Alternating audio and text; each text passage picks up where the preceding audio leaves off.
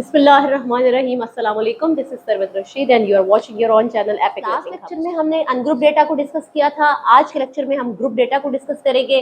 Very important for long question, तो आपने इसको बहुत ध्यान से समझ। डेटा मैं आपके सामने लिख चुकी हूँ। इसमें क्लासेस जो मैंने आपकी ली हैं वो क्लास बाउंड्रीज हैं। आप क्लास लिमिट भी ले लें, कोई फर्क नहीं पड़ता। ज्योमेट्रिक मीन में क्लास लिमिट हो या क्लास बाउंड्री, अरिथमेटिक मीन की तरह इसको कोई फर्क नहीं पड़ता, क्योंकि इसने भी मिड पॉइंट पर काम करना होता है। ये एक सेंटेंस आपने अपने जहन में बिठा लेना है कि ज्योमेट्रिक मीन मिड पॉइंट पर काम करता है। अगर तो डिस्क्रीट ग्रुप डेटा आपको गिवन है, मिड पॉइंट की फॉर्म में, सिंगल वैल्यू फॉर्म में आपको डेटा गिवन है, तो वेल एंड गुड, आप उसी पे वर्किंग करेंगे। लेकिन अगर आपके पास मल्टीपल वैल्यू क्लास है, यानी कॉन्टिन्यूस ग्रुप डेटा है, जिसमें क्लास लिमिट और क्लास बाउंड्री की फॉर्म में डेटा मौजूद है, तो आप पहले मिड पॉइंट कैलकुलेट करेंगे।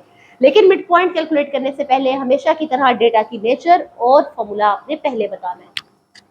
सो हमारे पास ये जो डेटा है वो ग्रुप्ड है। आपको कैसे पता चला? क्योंकि आपके पास एक टेबल है जो कि फ्रीक्वेंसी पे बेस कर रहा है, यानी फ्रीक्वेंसी डिस्ट्रीब्यूशन आपके पास मौजूद है।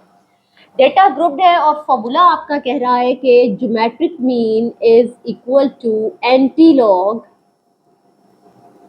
Of summation F, frequency involve होगी क्योंकि ग्रुप डेटा है, log of x divided by summation f। सबसे पहले अपने फॉर्मूला को एक्सप्लोर करते हैं कि हमारा फॉर्मूला हमें ये बता रहा है कि हम अपने डेटा को x की फॉर्म में लेंगे, यानी मिड पॉइंट में, फिर उसका log लेंगे, और जब वो कॉलम बन जाएगा तो उस कॉलम को फ्रीक्वेंसी जो कि गिवन है उस कॉलम से मल्टीप्लाई कर देंगे।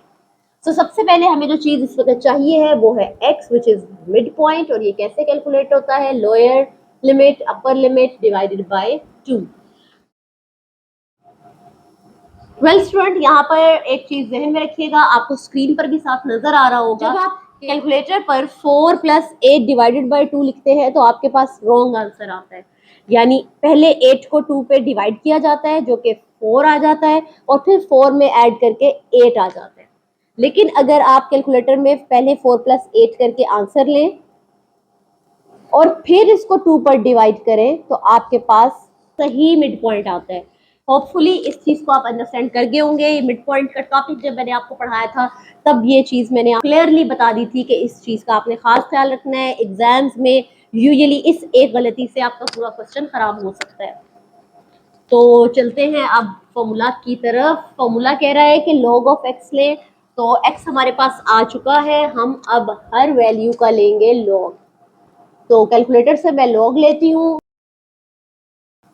वेल डियर स्टूडेंट्स, x का log हम ले चुके हैं। अब नेक्स्ट हमारा फॉर्मूला कह रहा है कि log x से कॉलम को फ्रीक्वेंसी के कॉलम से मल्टीप्लाई कर दें। तो ये हमारा फ्रीक्वेंसी का कॉलम है, ये हमारा log ऑफ x का कॉलम है, तो हम इन दोनों कॉलम्स को आपस में मल्टीप्लाई कर लेंगे। पहली वैल्यू आ रही है 0.6020।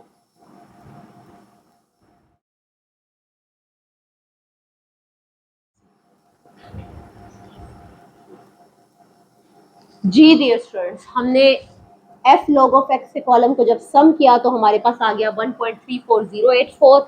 log x के कॉलम का सम हमें नहीं चाहिए, x का सम भी हमें नहीं चाहिए। नेक्स्ट हमें चाहिए फ्रीक्वेंसी का सम, और फ्रीक्वेंसी का सम है हमारे पास 15। अब हम इन दोनों वैल्यूज को फॉर्मूला में पुट करते हैं।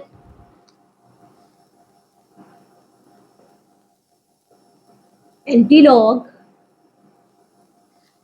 1.34084 डिवाइडेड बाय 15।